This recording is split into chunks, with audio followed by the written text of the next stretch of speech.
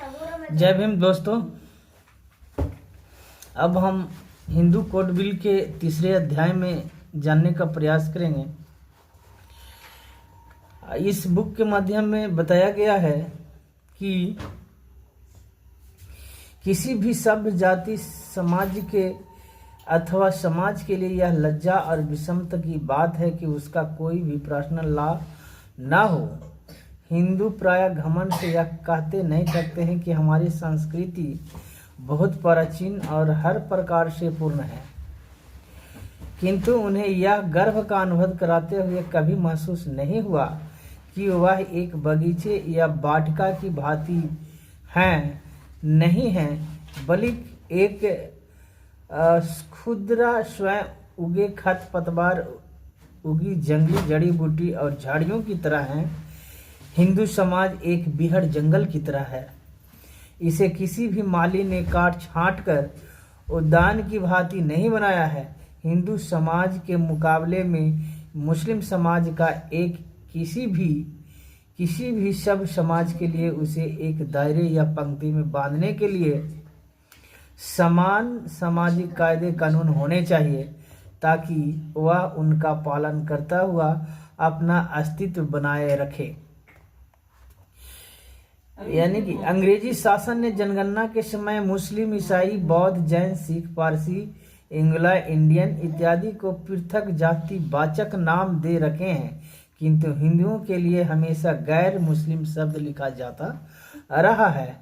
यानी जब जनगणना अंग्रेजों ने कराया तो उसमें मुस्लिम को, सिख को, ईसाई को और बौद्धिस्टों को सभी को एक पृथक जाति वाचक नाम दिया, लेकिन हिंदुओं को हमेशा गैर मुस्लिम शब्द से लिखा गया। जिस समय में अंग्रेजों ने जनगणना इस देश के अंदर करवाई। अंग्रेज शासक ऐसा इसलिए लिखते थे क्योंकि उन्हें हिंदुओं की न तो कोई एक धार्मिक परिभाषा और न ही कोई एक सामाजिक परिभाषा दिखाई पड़ती थी। यानी जो अंग्रेज थे उनको पता चल गया था कि यह जो हिंदू शब्द है इसका न तो कोई सामाजिक या धार्मिक या किसी भी प्रकार का कोई भी अर्थ नहीं निकलता है।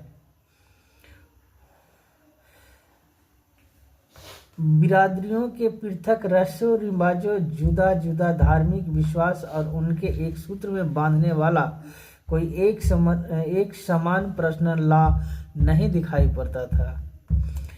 ऐसी दुविधा में अंग्रेज शासक इन्हें सदैव गैर मुस्लिम से संबोधित करते थे। यानी कि अंग्रेज जो थे वो बहुत इसके बारे में जांच पड़ताल किया तो उन्हें कोई भी ऐसा शब्द नहीं मिला जिससे इनकी कोई एक अच्छी रीति मतलब सामाजिक ढांचा के रूप में दर्शाया जाए। तब उन्होंने इन्हें गैर मुस्लिम शब्द लिखना ही पसंद किया। हिंदू नेताओं को कभी ख्याल ही नहीं आया कि हम भी अपने लिए कोई एक सामाजिक परिभाषा बनाएं। सच पूछा जाए तो भारत में हिंदू कोई है ही नहीं। यानी हिंदू शब्द का उत्पत्ति इस देश में है ही नहीं और हिंदू कोई है नहीं।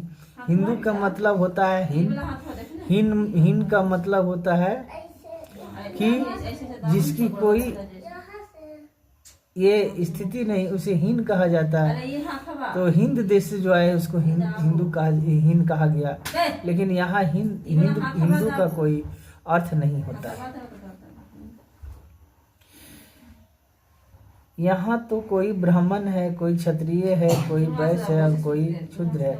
इन चार वर्णों तक मामला होता तो भी कुछ संतोष हो जाता, किंतु यहाँ कोई सशक्त, कोई अंसार, कोई देशार्थ, कोई कनाडा, कोई नागर, कोई पुष्पकार, कोई सरपुजारू, कोई बैनजी, कोई चट्टोपाध्याय, कोई गांगुली, कोई चक्रवर्ती, कोई पारायणी, कोई पुरोहित, कोई चौबे, इस प्रकार से चंद्रवंशी, कोई पवार, कोई चुहार इत्यादि सैकड़ों राजपूत जातियां थी जो अपने आप को क्षत्रियों में गिनती करती थी। इस प्रकार वैश्यों में अग्रवाल, खंडेवाल, महेश्वरी, बजाज, डालमिया, सितवाल, पारीख, कानिया, बानिया, कड़ार, अरोड़ा, खनी, भाटिया, गांधी, खन्ना, सेठी, ओबराय आदि हजारों बिरादरियां हैं जो अपने आप को वैश्य में और कभी कभी क्षत्रिय में भी गिनती है। ये हिंदुस्तान की बात है। तो बस मेरे दोस्तों, आज तक इस बुक को मैं इतने ही पढ़ूंगा और इसमें आप लोग समझने का प्रयास करें कि ये हिंदू कोडबिल में जो है दर्शाने का जो बातें आ रही है उस पर हम लोग का सोचने का, समझने का बहुत बड़ा ही ज़रूरी है। इन्हीं शब्दों के साथ मैं अपना वीडियो समाप्त करता हूँ। जय भीम।